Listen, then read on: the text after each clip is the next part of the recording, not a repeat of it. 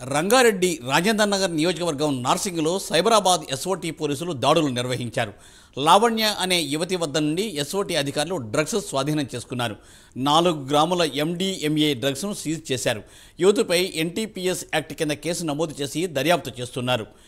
MDMA drugs Goa నుండి తీసుకొచ్చినట్లు నార్సింగ్ పోలీసులు స్పష్టం చేశారు. లావణ్య ఓ ప్రముఖ హీరో ప్రేయసిగా పోలీసులు గుర్తించారు.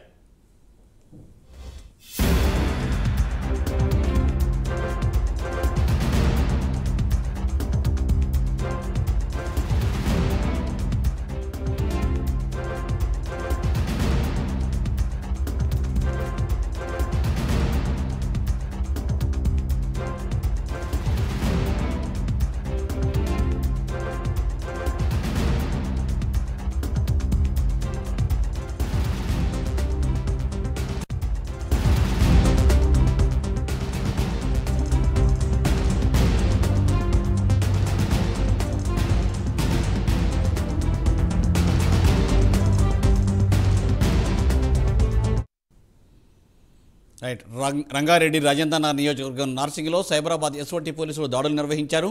లావణ్య అనే యువతి వద్ద నుండి ఎస్ఓటీ అధికారులు డ్రగ్స్ను స్వాధీనం చేసుకున్నారు.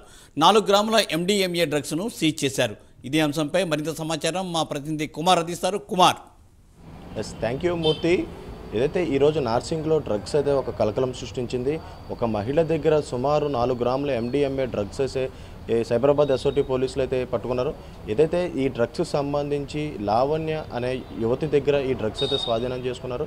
మొత్తానికి లావణ్య హిస్టరీ చూసుకున్నట్టయితే ఈమె సినీ ఇండస్ట్రీలో ఒక హీరోకి ప్రియురాలుగా అయితే ప్రస్తుతం తెలుస్తుంది. అలాగే సినీ ఇండస్ట్రీలో చాలామందికి ఈమెతో అయితే పరిచయాలు ఉన్నాయి.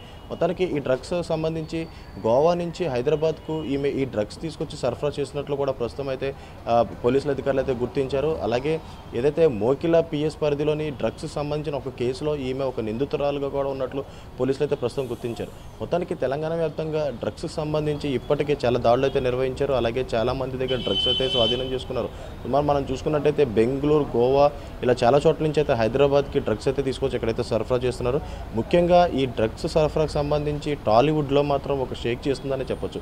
ఇప్పటికే పలుమార్లు టాలీవుడ్లో ఈ డ్రగ్స్ కలకలం రేపడంతో ప్రస్తుతం చాలామందిని అయితే దీనిపై ఇప్పటికే ఎంక్వైరీ అయితే చేయడం జరిగింది. అలాగే మరోపక్క ఈరోజు కూడా ఏదైతే టాలీవుడ్కి సంబంధించిన లావణ్య అనే మహిళ దగ్గర 4 గ్రాముల MDMA స్వాధీనం చేసుకోవడం జరిగింది.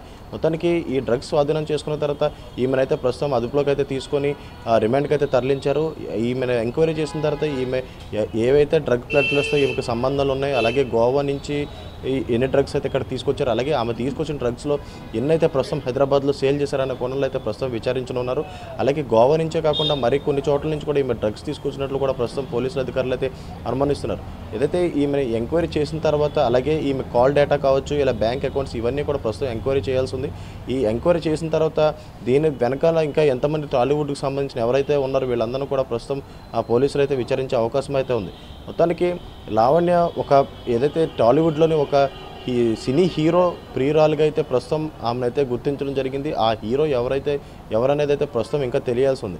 మొత్తానికి తెలంగాణ వ్యాప్తంగా కాంగ్రెస్ గవర్నమెంట్ వచ్చిన తర్వాత డ్రగ్స్ను పూర్తిగా నిర్మూలిస్తామని చెప్పి సీఎం రేవంత్ రెడ్డి అప్పటికే చెప్పారు. ప్రస్తుతం దీనిపై ఏదైతే డ్రగ్స్పై పూర్తిగా హుక్కుపాతం అయితే పోలీసులు అయితే నిలుతున్నారు. నార్కోటిక్స్ బ్యూరో వాళ్ళకు కూడా ప్రతి చోట దాడులు అయితే నిర్వహిస్తున్నారు. అలాగే ఎక్కడ ఈ డ్రగ్స్ వాడకంపై పూర్తిగా నిషేధిస్తామని చెప్పి కూడా ఇప్పటికే వాళ్ళైతే తెలియజేశారు.